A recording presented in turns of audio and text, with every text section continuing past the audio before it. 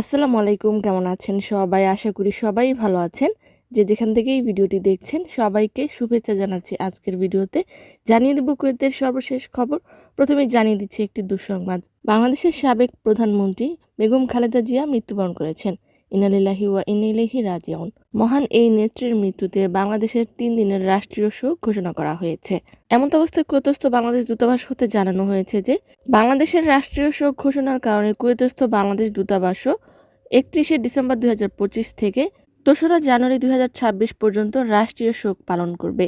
এই দিনগুলোতে জাতীয় পতাকা অর্ধনমিত থাকবে এবং 31শে ডিসেম্বর 2025 তারিখ রোজ বুধবার দূতাবাস যথারীতি বন্ধ থাকবে। প্রবাসী বাংলাদেশিদের অবগতির জন্য জানানো যাচ্ছে যে 31শে ডিসেম্বর 2025 বুধবার যে সকল পাসপোর্ট আবেদনকারীদের অ্যাপয়েন্টমেন্ট নির্ধারিত ছিল তাদেরকে 4 জানুয়ারি 2026 রোজ রবিবার অথবা 5 জানুয়ারি 2026 রোজ সোমবার পাসপোর্ট আবেদনকারীদের তারিখ পুনর্নির্ধারণ করা হলো।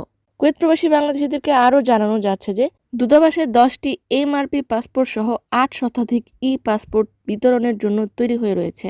যারা বানাতে দিয়েছিলেন যোগাযোগ করতে পারেন। পাসপোর্ট গ্রহণের সময় হলো অফিস চলাকালীন সময় সকাল 9টা থেকে বিকেল 3টা 30 মিনিট পর্যন্ত। প্রবাসী বাংলাদেশিদের আরও জানানো যাচ্ছে যে পোস্টাল ভোট বিডি অ্যাপসে নিবন্ধন করার সময় 31শে ডিসেম্বর 2025-এর পরিবর্তে বাড়িয়ে 5 জানুয়ারি 2026 রোজ সোমবার পর্যন্ত বৃদ্ধি করা হয়েছে। এই সময়ের পর আর তারিখ বাড়ানো হবে না এবং নিবন্ধন করা যাবে না। তাই যারা এখনো পর্যন্ত পোস্টাল ভোট বিডি অ্যাপসে নিবন্ধন করেননি দ্রুত করে ফেলুন। জানিয়ে দিচ্ছি ফ্লাইট সম্পর্কিত একটি গুরুত্বপূর্ণ নির্দেশনা। 31শে ডিসেম্বর 2025 তারিখ বাংলাদেশে সাবেক প্রধানমন্ত্রী বেগম খালেদা জিয়ার জানাজা অনুষ্ঠিত হবার সম্ভাবনা রয়েছে। এই দিনে জনসমাবেশের কারণে বিভিন্ন এলাকায় যানজট সৃষ্টি হবার সম্ভাবনাও রয়েছে।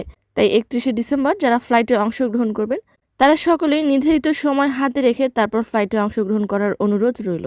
জানিয়ে দিচ্ছি আভ্যন্তরীণ কিছু আপডেট। স্বরাষ্ট্র মন্ত্রণালয় সূত্র প্রকাশ করছে যে কাস্টমস কর্মকর্তারা কুয়েতের সালমি সীমান্তে ভর্তুকিযুক্ত পণ্য অর্থাৎ রেশন পণ্য পাচারের একটি বড় দলকে আটক করেছে। তাদের কাছে থাকা ব্যাপক পরিমাণ রেশন পণ্য জব্দ করা হয়েছে।